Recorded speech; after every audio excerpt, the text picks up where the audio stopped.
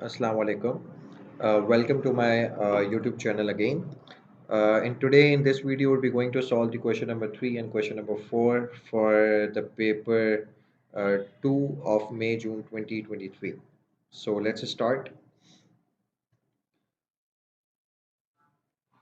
All right. Now in this question, it is saying that this question is about the preparation of the salt and zinc nitrate is a soluble salt. It is prepared by the reaction of insoluble carbonate with a dilute acid, and the equation is given to you. So in this question, they are saying that a sample of 4.5 grams of zinc carbonate. So here you can see that the mass of zinc carbonate is given to you, which is 4.5 grams, is added to the 50 centimeter cube. It means the volume of the nitric acid is given to you, which is 50 centimeter cube, and 1.3 mole per decimeter cube nitric acid. So the concentration of the nitric acid is also given to you. Mole per decimeter cube means concentration, right? So concentration is also given to you, which is 1.3 mole per dm cube. Now they are asking that show by calculation that the zinc carbonate is in excess. So there are two reactants in this equation, zinc carbonate and nitric acid, HNO3. Out of these two reactants, one of the reactant is in excess. So you have to determine they are giving you in the question that zinc carbonate is in the excess. So you have to verify it that zinc carbonate is in excess, while the another reactant, which is the NHNO3 nitric acid, that is your limiting reactant, because one of the reactant is in excess.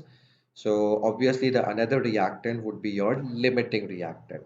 And you have already studied that what is a limiting reactant. Limiting reactant is a one which is first consumed during a chemical reaction.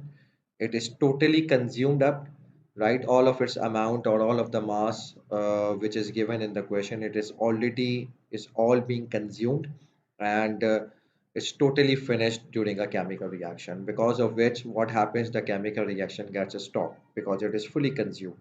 Okay, while the another reactant would be the one which would be left in some amount, and that would be your excess reactant. Okay, so in this question they are saying that zinc carbonate is in excess. You have to show it by the calculation, while the nitric acid, obviously HNO3, would be your limiting reactant. So whenever there is a question related to the limiting reactant, so the very first step what you have to do is, okay, you have to calculate the moles of both of the reactants by using the data which is given in the question. Okay, whenever you get the question of the limiting reactant, you have to first of all calculate the moles. So first of all, we're going to calculate the moles for the zinc carbonate. So when we're going to calculate the moles of the zinc carbonate, right? So over here, the mass of the zinc carbonate is given to you. So what are we going to do? You have to uh, apply the formula mass upon molar mass. So mass is given to you, which is 4.5 grams divided by the molar mass of the zinc carbonate, right? So zinc carbonate is ZnCO3, so you have to check it. The atomic masses, the relative atomic masses from the periodic table. So zinc's relative atomic mass is your 65, plus carbon it's 12, and for oxygen it's 16 multiplied by 3. So when you're gonna solve it, so it would become 4.5 divided by when you will solve this one, so you would be getting 65 plus 12 plus 16 times 3 becomes 48, so it becomes 125, and 4.5 divided by 125 would become 0.036 moles. 0.036 moles of zinc carbonate. So first of all, you have calculated the moles of zinc carbonate, right? Now in the next step, what you have to do, you have to calculate the moles of the another reactant, which is your HNO3. Now for HNO3, if you want to calculate the number of moles, so first of all, you have to look at the data which is given, which is the volume, which is 50 centimeter cube, and the concentration is given to you, which is 1.3 mole per dm cube. But the volume is in cm cube. So first of all, you have to convert this volume of centimeter cube into decimeter cube. So in order to convert it into decimeter cube, you have to divide it by the 1000. So when you will divide it by 1000, so it will become 0.05 decimeter cube. Right now, what we're going to do, you have to apply the formula of concentration. So concentration is moles upon volume. So concentration of nitric acid is given to you, which is 1.3 moles per decimeter cube. The number of moles you have to calculate, moles of nitric acid you want to calculate, divided by the volume of nitric acid is given to you, which is in decimeter cube, becomes 0.05. Now you will cross multiply it. So after cross multiplying it, you will be able to calculate the moles of nitric acid. So moles of nitric acid will become multiplied by 0.05. All right. Now after calculating the moles of the both of the reactants of the zinc carbonate, which is coming out to be 0.036 moles, and the moles of the nitric acid are coming out to be 0.065. Now what you have to do, you have to apply the ratio in between the two reactants in order to determine that which one is in the axis and which one is in the limiting one. Okay. So over here they are already mentioning you that zinc carbonate is in axis. Okay. So let us check that either the zinc carbonate is in axis or not. So for that, what you have to do, you have to compare both of the reactants with one another. What does it mean? It means that you have to apply the ratio in between the moles of the zinc carbonate with the nitric acid. So according to the balance equation, what is that ratio? The zinc carbonate is 1 and nitric acid is 2, right? So this ratio is 1 mole ratio 2 moles according to the balance equation. Now this what this ratio is telling you. You have to focus on that. If it is written 1 mole ratio 2 moles, so what does it mean? It means that for consuming 1 mole of zinc carbonate, if you want to react completely 1 mole of zinc carbonate, then how many moles of nitric acid would be required? 2 moles of nitric acid would be required. Okay, in order to completely get reacted with 1 mole of the zinc carbonate. Okay, if you want your zinc carbonate to be fully consumed, right? So 1 mole of zinc carbonate will fully be consumed by reacting with how much nitric acid? 2 moles of nitric acid. It would be needing 2 moles of nitric acid to get completely reacted or to get completely consumed its 1 mole of zinc carbonate. Okay, now how much zinc carbonate right now is given in the question?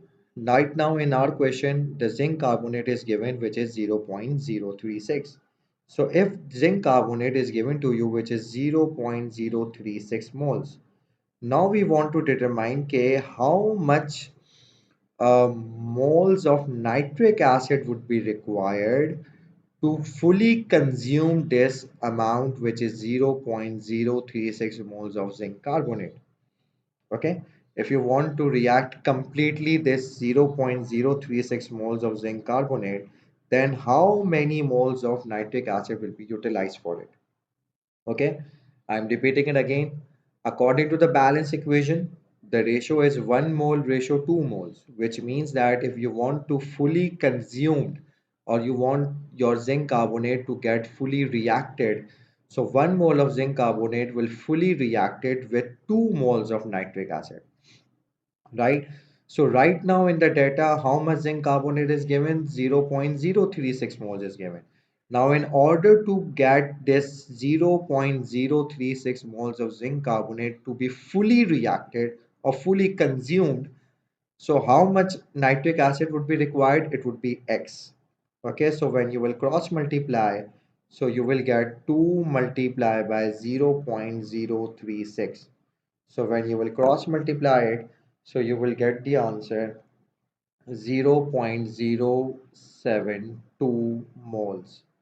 So now what does it mean? What are these moles? These are the moles of HNO3, which means that in order to get fully reacted uh, zinc carbonate, if you want this zinc carbonate which is 0.036 moles, if you want these all moles of zinc carbonate to get fully reacted, so how much nitric acid is needed? 0.072 moles of nitric acid is needed.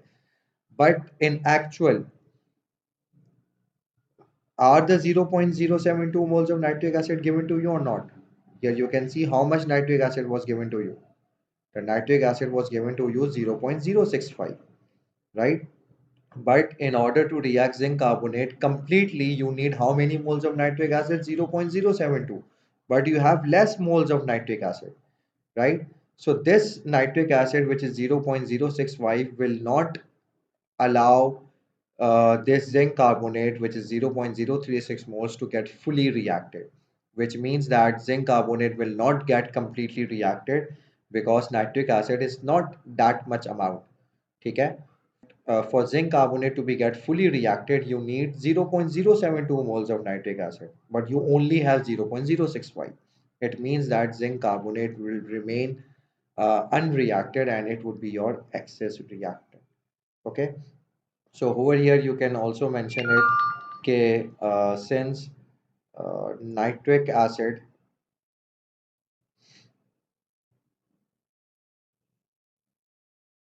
is uh, in lesser amount for zinc carbonate to be completely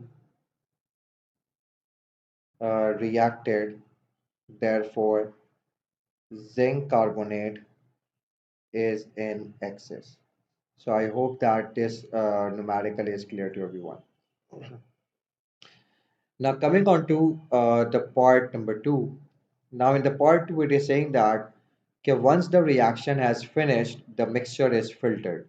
Okay, when this reaction, the equation is given to you. When this reaction has been finished, what they are doing, they are filtering that mixture. So they are asking you state why the mixture is filtered. So it's very obvious that in the part one we have shown that the zinc carbonate is in excess, and you can see the zinc carbonate is your insoluble salt. Okay, it's already mentioned in the question as well.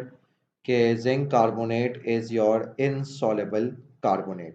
So since your zinc carbonate is insoluble carbonate, so after the reaction, some of the zinc carbonate will be left behind because it is in excess. So in order to get remove it, so it's insoluble, so it will settle down at the bottom. So since it will settle down at the bottom, so what you'll be doing, you need to filter it out in order to get remove it. Okay. So why you are filtering it out? Why you are doing the filtration? In order to remove the excess, or you can say which is unreacted. Okay, in order to remove the excess or unreacted zinc carbonate from the mixture. Okay, now in the part 3 they are saying that describe how to make the pure dry zinc nitrate crystals from the aqueous solution of zinc nitrate. Okay, now you have the solution of zinc nitrate. The salt is already be prepared, but the zinc nitrate is a soluble salt. So you are having the aqueous solution of zinc nitrate, and what you have to do, you have to prepare the crystals out of it, right? So you have already studied the separation techniques. So one of the separation technique, if you want to separate a solid from a solution, right? So which technique is used? That technique is your either evaporation to dryness or either your crystallization. Okay. So same technique will be going to apply over here. You have a solution of zinc nitrate, right? So for zinc nitrate, what we're going to do, you will be applying the technique of crystallization in order to separate the crystals of zinc nitrate out of the solution of zinc nitrate solution. Okay, so in the crystallization, what steps you have to do? In the first step, you heat the solution, right? So heat the aqueous solution of zinc nitrate. So heat the aqueous solution of zinc nitrate until the crystallization point. Okay, what is the crystallization point? Crystallization point is the one that you have to heat up the solution until some of the liquid gets evaporated and the remaining solution becomes saturated, right? So that is your crystallization point. You do not have to heat it completely. Either then it would be your evaporation to dryness. Okay, you have to heat the solution of the zinc nitrate up to the crystallization point, which means that you have to heat the solution until some of the liquid gets evaporated and a small quantity of solution is left behind. So once the small quantity of solution is left behind, so what you'll be doing, you will stop heating, right? And after stop heating, you will allow the mixture to cool down. So in the next step, you would be allowing the mixture to cool down. And once the mixture will cool down, what will happen? The solid crystals will be start forming onto the surface of the solution, right? When you will cool it down, the solid crystals will start coming out and they will be forming a layer on the solution, right? So what you'd be doing all this in your evaporating dish, right? Like this. Okay, you'd be having your Bunsen burner over here. You'd be heating that zinc nitrate solution, right? So at the end, what will happen? Some of the zinc nitrate solution would be left behind, okay, like this. And on the surface of that zinc nitrate solution, what will happen? The zinc nitrate crystals will be start be forming over here like this onto the surface of the solution. So once these crystals are being formed, right? So what you would be doing, you would have to filter it out, right? When you will cool down the mixture, these crystals will be formed on the layer on the surface of the solution. And once the crystals of the zinc nitrate will be formed, what you would be doing? You would be filtering it out. Okay. So allow the mixture to cool, and then what you have to do, you have to filter it out and filter out the crystals. And once the crystals are being filtered out, right? So those crystals are your wet crystals, right? Because they are, you have taken it out from a solution. So what you have to do, you have to wash the crystals with the distilled water, right? You'll be washing them and then you have to dry the crystals. So wash and dry the crystals. And how do we gonna drying it? You can use your any paper towel for it for drying the crystals, right? So wash and dry the crystals using paper towel. Okay, so I hope that process is clear to you, how we are doing the crystallization process. Now moving on to the next question. In the next question, it is saying that lead chloride is an insoluble salt. It is prepared by using the precipitation method. Now, what is the precipitation method? Precipitation method is the one in which the insoluble salt is prepared. And how the insoluble salt is prepared, that you have to take the solutions of two soluble salts, right? And when two soluble salts combine together, what happens? Their ions exchange with one another. And after the exchanging of ions, what happens? Your insoluble salt is prepared. Okay. Now, what type of insoluble salt you have to prepare in this example? You have to prepare lead chloride. Okay. So lead chloride. So what is the formula of lead chloride? Lead chloride formula is PbCl2. Okay. Lead chloride PbCl2. Now, in order to prepare this lead chloride, which is your insoluble salt, what you need? You need two soluble salts. Okay. You need a mixture of two different soluble salts. Now, the question is कि which two soluble salts you have to pick up. in order to make this lead chloride. So for that, what you have to do, you have to check that in the lead chloride, which two types of ions are there. Okay. So here you can see that in the lead chloride, one of the cation which we have is your lead ion. Okay. And the anion is your chloride ion. So in lead chloride, you have two ions, which is lead ion, Pb2 plus, and you have the chloride ion, which is Cl minus 1. So these ions will be coming from these two soluble salts. Okay.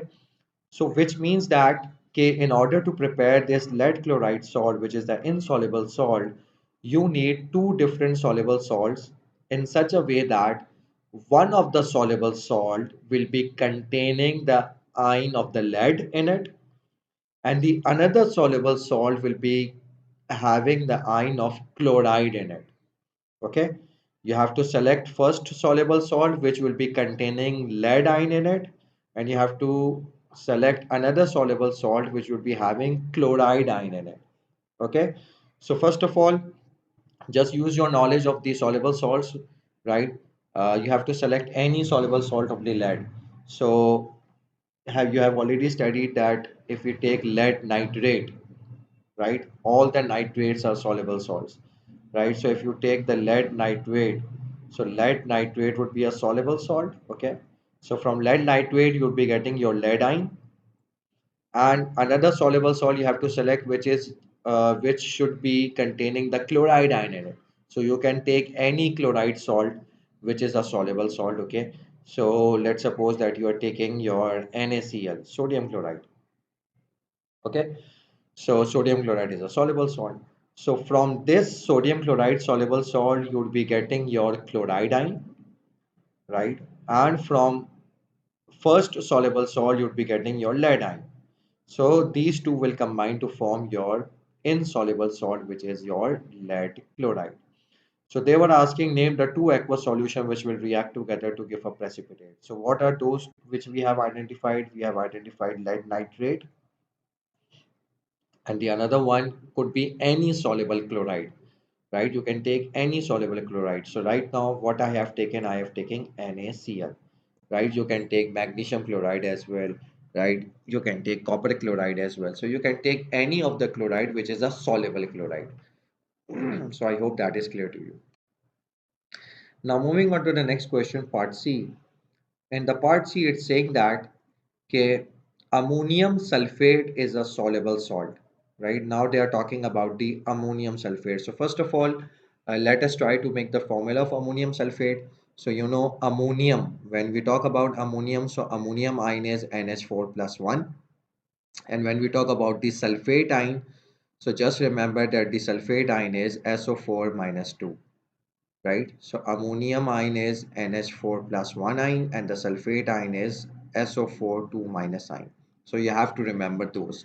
So in order to make ammonium sulfate, right?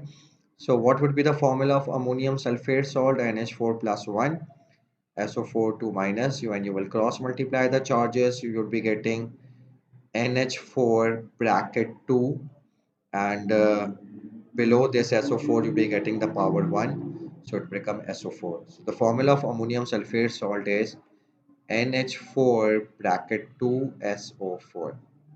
Now they are saying that ammonium sulfate is a soluble salt. It is prepared by the reaction of an alkali and an acid. Okay, that is your titration. They are talking about the titration. Okay, titration is one of the method used to make a soluble salt. So in order to make this ammonium sulfate, you need one alkali and one acid. Okay, so just apply the similar technique. You need one acid and you need one alkali. Okay, so similar technique you have to apply that in the ammonium sulfate you have two ions. You have ammonium ion and you have the sulfate ion. So ammonium ion, which is NH4 plus 1, it would be coming from an alkali, and the sulfate ion would be coming from an acid. So you have to think of the that acid which consist of the sulfate ion in them. Okay, so if you remember or you can recall the different types of acids which you already know, hydrochloric acid HCl, right? Nitric acid HNO3. Okay, similarly sulfuric acid, which is H2SO4, right? So out of all these, Which of the acid is containing the sulfate ion? Sulfuric acid. So which acid will be going to use? We'll be going to use sulfuric acid H2SO4 in order to make this ammonium sulfate salt. Why? Because in the ammonium sulfate salt we have the sulfate ion. So sulfate ion will come from sulfuric acid. Okay. Now another ion is your ammonium ion. So ammonium ion will come from an alkali. Okay, so you have to think of that alkali which consists of ammonium ion in it. Okay, so if we just recall the list of different alkalis, for example, sodium hydroxide, it becomes NaOH, right? Magnesium hydroxide, it becomes MgOH2, right? And one of the alkali is your you have to think of that alkali which is ammonium alkali. So ammonium's alkali is ammonium hydroxide. Okay, NH4OH. So you have to pick up that alkali over here which is NH4OH, right? So in this way we have solved this question that the alkali would be your ammonium hydroxide, right? And the acid which would be using your sulfuric acid which would be your H2SO4. So I hope that is clear to everyone. So basically you have to name it, right? You do not have to write the formula over here. They are asking you to name the alkali and name the acid. Okay. So when you have to name it, so name would be your uh, ammonium hydroxide. Okay. And over here, they were also asking you the name over here. So the name of this acid would be your sulfuric acid. And similarly, in the previous question as well, they were also asking the name over there, right? So instead of writing the formula, it was lead nitrate. So you're going to write lead nitrate over here.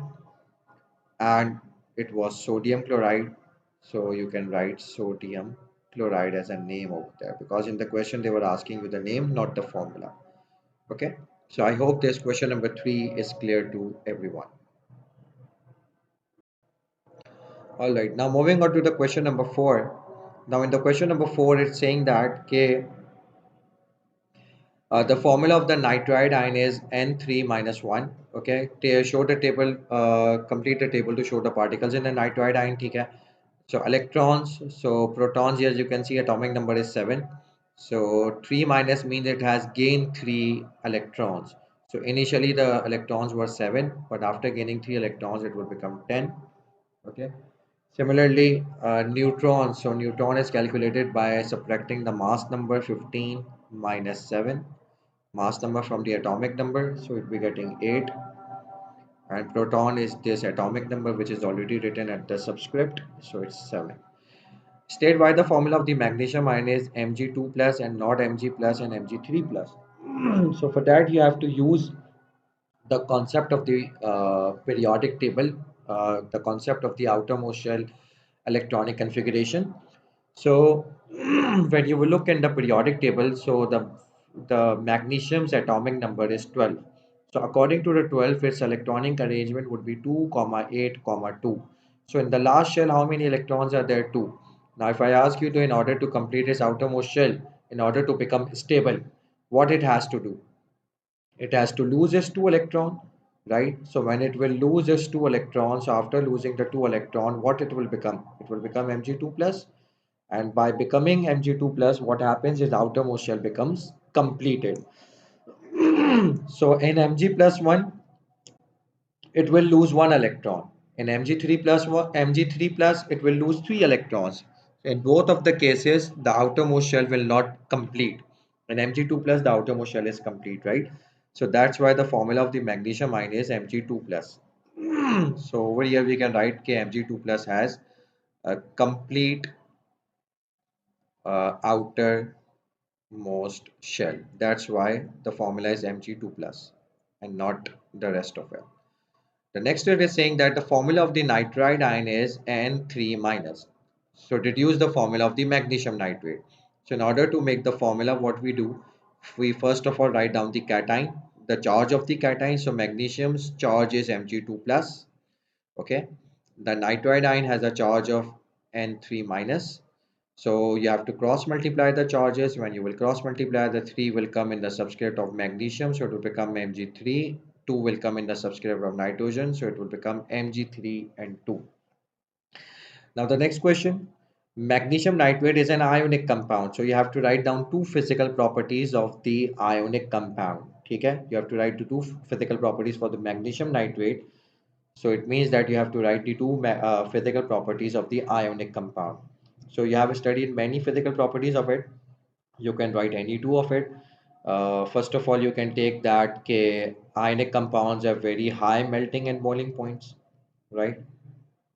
And why the ionic compounds have very high melting and boiling point? Because of the strong electrostatic forces of attraction in between them, in between the oppositely charged ions. Okay. Similarly, you can take another physical property that they conduct electricity, right? Ionic compounds conduct electricity in molten or aqueous form, right? In molten or aqueous solutions. So since the ionic compound will conduct the electricity in the molten or the aqueous solution, right? So this is the another physical property. And you can also mention another physical property in a way that ionic compounds are also soluble in water. So magnesium nitrate will also be soluble in water. So you can write any two of them. Now, in the next question, they are saying that calculate the percentage of the mass of nitrogen in the magnesium nitrate.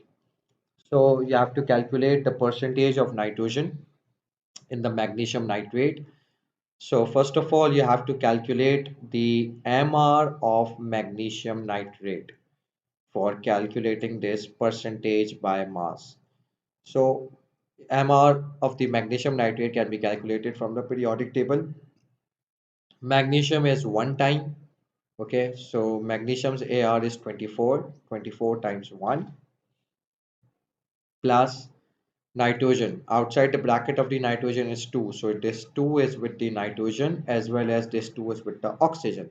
So nitrogen will is AR is 14. So 14 multiplied by 2 plus oxygen. Will in the subscript of oxygen you can see the 3 is written over there. So AR of the oxygen is 16. So 16 times 3 as well as multiplied by 2 as well, right? Oxygen will get multiplied by 3 as well as multiplied by 2. So oxygen's AR is 16, it will get multiplied by 3 multiplied by 2. So when you will sum it up, you will get the MR which is equal to 148. Now, in this calculation of the MR, here you can see this bracket is for magnesium, this bracket is for nitrogen, this bracket is of oxygen. Okay, now what they are asking you to calculate the percentage by mass of nitrogen. So if you want to calculate the percentage by mass of nitrogen, so percentage of nitrogen, how are you going to calculate? You have to check what mass of nitrogen is given over here. So in the bracket of the nitrogen, what is written? 14 multiplied by 2. So 14 multiplied by 2 is the mass of the nitrogen which is present inside this compound. And what is the total mass? The total mass of all complete compound is 148, right? So you have to divide it by 148. So it's in the similar way like you calculate the percentage in your daily life, okay? Whatever the marks are obtained, you divide it with the total marks. So similarly, if you want to calculate the percentage of nitrogen, so whatever is the mass of the nitrogen in the compound, which is the bracket of the nitrogen, 14 multiplied by 2, you have to divide that mass of nitrogen with the total mass of the compound, which is 148. So when you're going to divide 28 by 148, so you'll be getting the answer 0.189, right? And you have also have to multiply it by 100, right? So when you will multiply it by 100 in order to get the percentage, so you'll be getting 18.91, but you have to answer in two significant figures, right? So you're getting, when you will solve it in the calculator, so you'll be getting 18.91 or 92 in the calculator, okay, percentage, but that is not the answer because they are asking you to calculate it in the two significant figures. So when you will convert it into two significant figures, you will round it off and after rounding it off, you will be getting 19%. So 19% is the answer, which is in the two significant figures. So I hope that is clear to everyone. So meet you in the next video, inshallah. Take care. Allah Hafiz.